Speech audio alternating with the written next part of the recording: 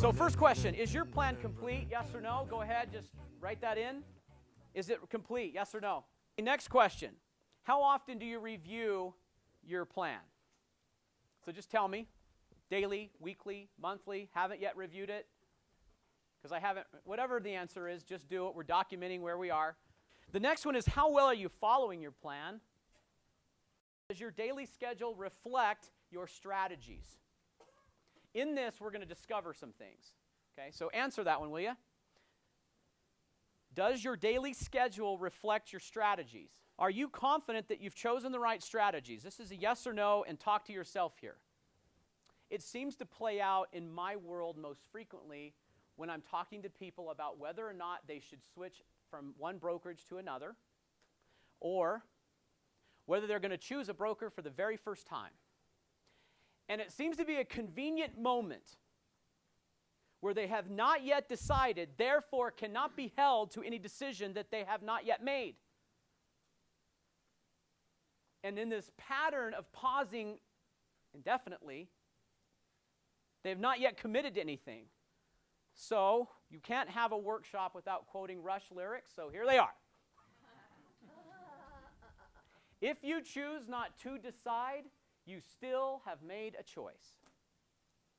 If you choose not to decide, you still have made a choice. All right, for bonus, who can tell me what song?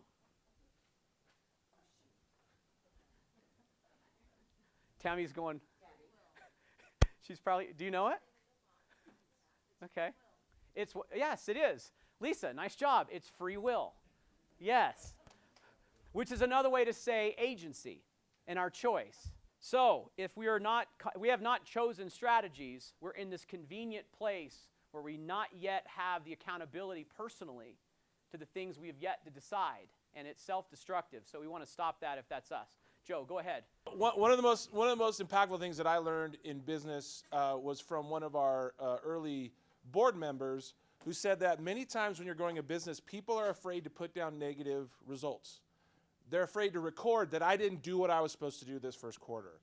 And the lesson that I learned that was so powerful was he said, the worst thing you could say to yourself is nothing, meaning you didn't put down an answer. So you look at this page that Will's put together, is your plan complete?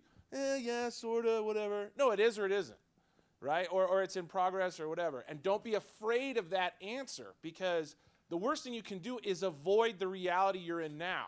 So that's like saying, in Will's story, we hiked up the first mountain, and now because we're not sure where the path is, we're just going to sit here.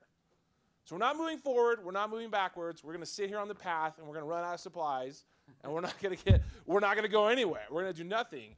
And so don't be afraid if you're not where you need to be or should be or want to be, but be honest about where you are, because those principles will change whenever the next time you do this. Your daily strategies, your daily activities won't change until you're honest about where you are now, right? And that was an important thing, because I remember my first board meeting as a CEO, the report was horrible. And I didn't want to give it, and that's how I opened. I've never done one of these before. I just want you to know the stats we're about to go over are terrible, right? And that was one of the coolest lessons that we learned in that meeting was the negative results, if they're accurate or not bad, that's just where you're at, right? So remember that when you're filling this out. Nice.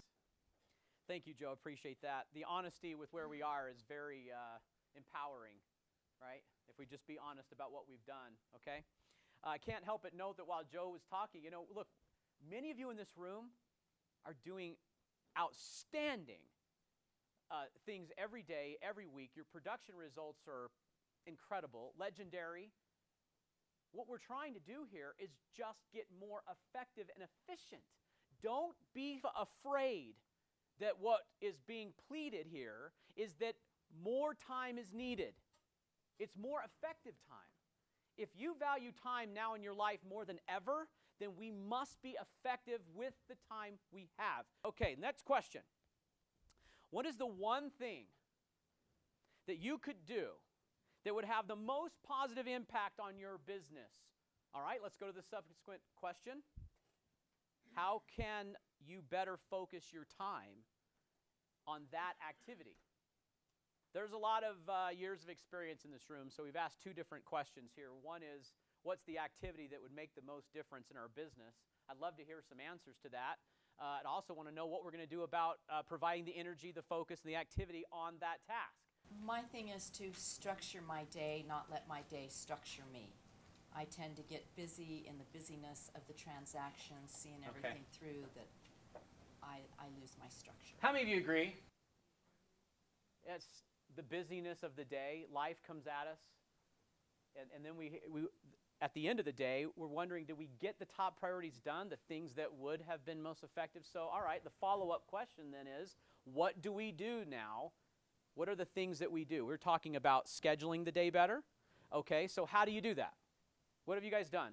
I used to, when I was more effective, plan out my days the night before, and I would have everything scheduled that I needed to do. And so it was just merely a matter of getting up, getting ready, and then just following that. You don't have to really think about it. It's there for you. Okay, I want to make sure that we're not just talking about time management here, that we're talking about the objective and the outcome that we really want for that day. So that we're not just arranging the time, that we are prioritizing the time on the things that matter most. Debbie, you have a comment? One thing I need to do is be able to say, no, I'm not available at that time. Okay. The best thing that we could do to affect our business in a positive Well, way? yes, I think the best thing you can do is contact people. I mean, your sphere of influence is always important, and if you're not contacting them every 3 to 4 months, you're missing out on what you've already achieved. So picking up the phone, and sometimes even having one day a week that you say, this is the week, this is the day of the week that I'm going to call people, can be the most effective, and you may never leave your door. But that is the best thing that you'll ever do, is contact the people you know, and then contact the people who have contacted you on homes, and then contact the agents who have seen the homes and didn't like it, but you've thought of other homes that they would like, that you might have. So there's, perhaps we should highlight a couple of words in the next sentence. We should work on our business as well as in it. Today we're working on it. Right now we're working on our business. When is your next planning meeting scheduled? If you don't have one, let's plan one right now. Does that sound good? Just pick a day. You know when, how often, how far out it needs to be. You already know the answer to that. If you've answered, I don't have a plan, then it should be immediately. Because you're walking around the deadfall with that heavy backpack, not knowing where to go, and you're not as effective and efficient with the time you have. And that's the battlefield, guys. Right? No one has more time than anyone else, so we've got to be effective. Got to have that plan. Okay. So will you write that down and then calendar that planning meeting now? So open up your phone. Yep. Get it on the schedule. Planning meeting. Eric.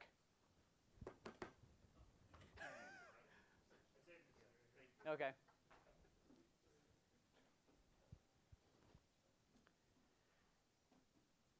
Okay, I'll let you have some time to write.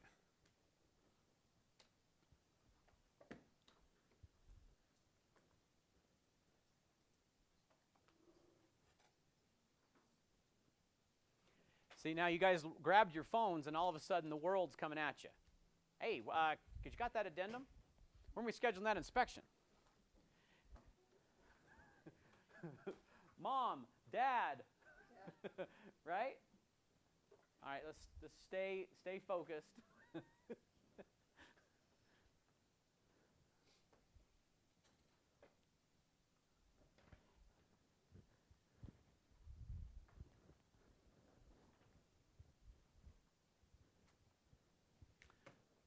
Okay, raise your hand if you've got that accomplished.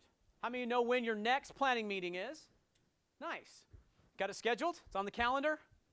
Okay, very good. I'm proud of you. That's a big step. Sounds like something small, but it's huge. I mean, if every one of our real estate agents could take the time to plan their business, and they knew exactly how to go and had the right strategies, what would that do to 400-something agents in Berkshire Hathaway? What would that do to you personally? Well, would you be more confident in where you're headed because you planned it?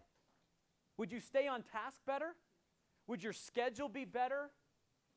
Detailed? Yes, it would. Okay. How many needed that today? That reminder? Raise your hand. Say, I needed that. Okay, good. One of the gems has now been discovered. Okay. One of the gems has now been discovered. Cindy, comment? I put repeat. Repeat. Okay, in the good. calendar. Sure. So when does it happen for you?